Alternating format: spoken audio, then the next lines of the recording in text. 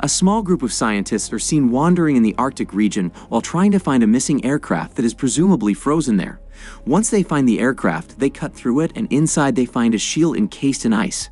The story then shifts back to Tønsberg, Norway in 1942. In an ancient Viking ruin, two caretakers were seen talking when suddenly the front door blast opens and many Nazis makes their way inside. A man named Johann Schmidt enters the room. He is a high-ranking Nazi and leader of an enormous terrorist organization called Hydra. He is looking for a cube known as the Tesseract, which is presumed to be a source of infinite energy. He finds it in the hands of the corpse, but instantly figures out that it is a fake one. After taking a look around, he presses a button and a box materializes. When he opens it, a bright ray of blue light hits his face, which means that he has found the real Tesseract and plans to do no good with it. Almost a year later, a pure-hearted yet extremely skinny man named Steve Rogers is trying to join the army in order to serve his country. However, because of how emaciated he is, they didn't let him join the army. No matter what he does, he always gets rejected. The next day, Steve's best and only friend Bucky saves Steve from an alley fight. Bucky was in the army and he knew the risks, so he always tries to convince Steve that he shouldn't join the army. In order to take Steve's mind off of the army, Bucky takes Steve on a double date at an exhibition. The exhibition displays quite innovative and futuristic inventions.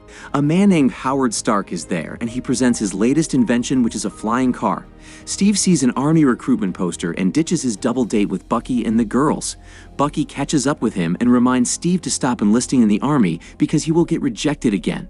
While they are talking, a doctor named Abraham Erskine is seen listening to their conversation. Inside, during Steve's medical, a nurse comes and tells something to the doctor and he leaves. Steve assumes that he has been rejected yet again. Before he can leave, Dr. Abraham walks in. He tells Steve that he works on the Army's science projects and shows interest in Steve, who also explains how he wants to do good things for his country. Dr. Abraham lets him through the medical and Steve officially becomes a soldier, but he is still very malnourished and weak, which is why he is unable to perform well during practice with other soldiers. All the soldiers are running when they are told to retrieve a flag from a tall pole. Whoever retrieves the flag gets to sit in the car instead of running. The soldiers tried to climb it, but each one fails. Steve, however, removes the pin which was holding the pole, and it falls on the ground. He easily retrieved the flag and sits in the car. Dr. Abraham comes there and talks to their colonel named Chester Phillips. Abraham wants to choose Steve for his super soldier program, but Chester wants to go with another soldier. Colonel Chester wants to test them, so he throws a grenade between the soldiers. All of them flee, as predicted, including the soldier Chester wants for the super soldier program. But Steve, unlike the others, throws himself on the grenade to save everyone. This proves Abraham's point, as everyone now believes that Steve Rogers is the one for this super soldier program. On the other hand, we see Schmidt, who now possesses the infinite power of the Tesseract. With the help of an evil genius, Dr. Arnim Zola, Schmidt makes a machine that takes energy from the Tesseract. With this, they can fuel their planes and make weapons that will ensure their victory in war.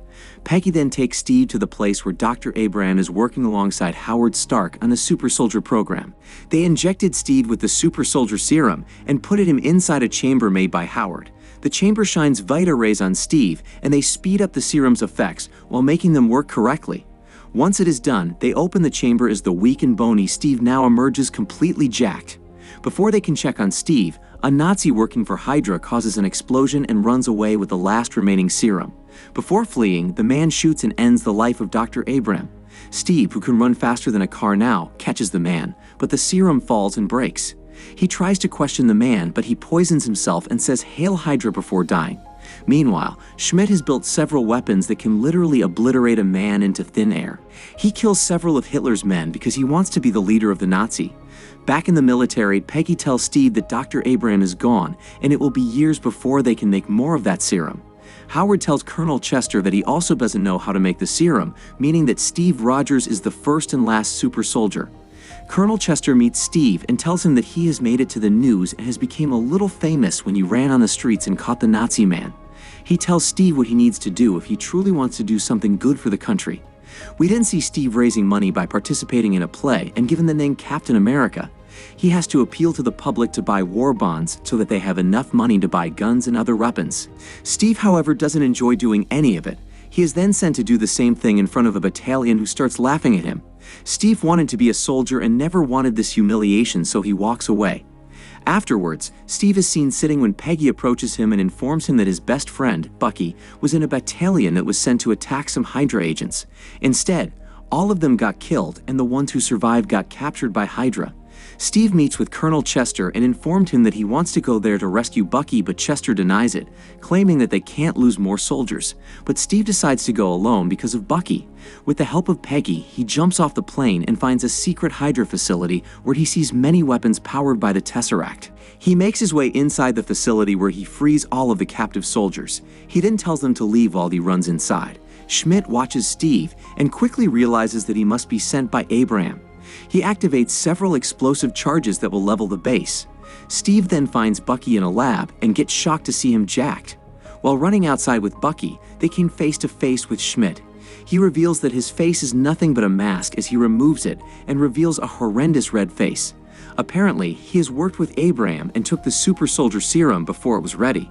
This resulted in him getting super strength but also several side effects, which included ruining his face and turning him into the Red Skull. Dr. Zola is also with Red Skull, and they both flees, while leaving Steve and Bucky in a destroying facility. However, using his superhuman powers, Steve manages to escape with Bucky. Back at the base, while the general is planning to abandon the mission, Steve brings back all of the captive soldiers and Colonel Chester is amazed by the successful mission. Later, Steve tells Peggy and Chester that he saw a map in the facility, which had other Hydra bases marked to it and that he knows exactly where to attack. He then meets Howard, who gives him a shield made out of vibranium, which is an unbreakable and extremely rare element. He takes that shield and dresses up as Captain America. He then takes his team of soldiers and raids all the Hydra bases and successfully takes all of them out. In one mission, they have to get inside a train because Dr. Zola is in there and he can give them valuable information on where Red Skull is. Captain America and the others successfully makes it inside the train where Captain America captures Dr. Zola, but other Hydra agents attack them. They manage to get rid of them, but Bucky is thrown out off the train. Captain America tries to save him, but Bucky falls down and dies. Zola, however, is captured. Colonel Chester interrogates Zola, who ultimately gives them Red Skull's location, which was located at the last known Hydra base. Steve is infuriated with the death of his best friend, so he runs into the last Hydra base with burning rage. He starts to fight all the Hydra agents who are in his way. While he fights them, Red Skull sees this as an opportunity to escape as he knows what Captain America is capable of. He loads a few of his weapons on a plane alongside the machine that has the Tesseract in it and flies away. Peggy comes there in her car and gives him a ride. When it is time to jump inside Red Skull's plane, he tells her that he will be back for their date as they had earlier decided to go. After owning Peggy a dance, Steve jumps on the plane to end all of it by killing the Hydra leader. He sees Red Skull and they start to fight each other. Red Skull doesn't want to back off and fights him with murderous intent. Eventually, Steve throws his shield at him, but he accidentally falls on the machine that had the Tesseract. The Tesseract falls out of the machine and Red Skull, in a last and desperate attempt to defeat Steve, holds it in his hand without the help of any device. The sheer and pure energy of the Tesseract is so powerful that it opens a wormhole through space. Red Skull still tries to use that power but gets sucked into the energy beam and teleports through that same wormhole-type portal. The Tesseract falls down, but it melts through the plane and falls into a wide ocean. Steve doesn't think too much about where Red Skull went, as the plane is out of control and is heading straight to New York. He quickly took control over the plane in order to take it away from New York. While flying, he talks to Peggy over the radio. He tells her that he has to crash the plane in order to save the lives of the innocent citizens. Peggy cries, telling him not to do it, and informs him of their date, but Steve has to do it and crashes the plane in the Arctic.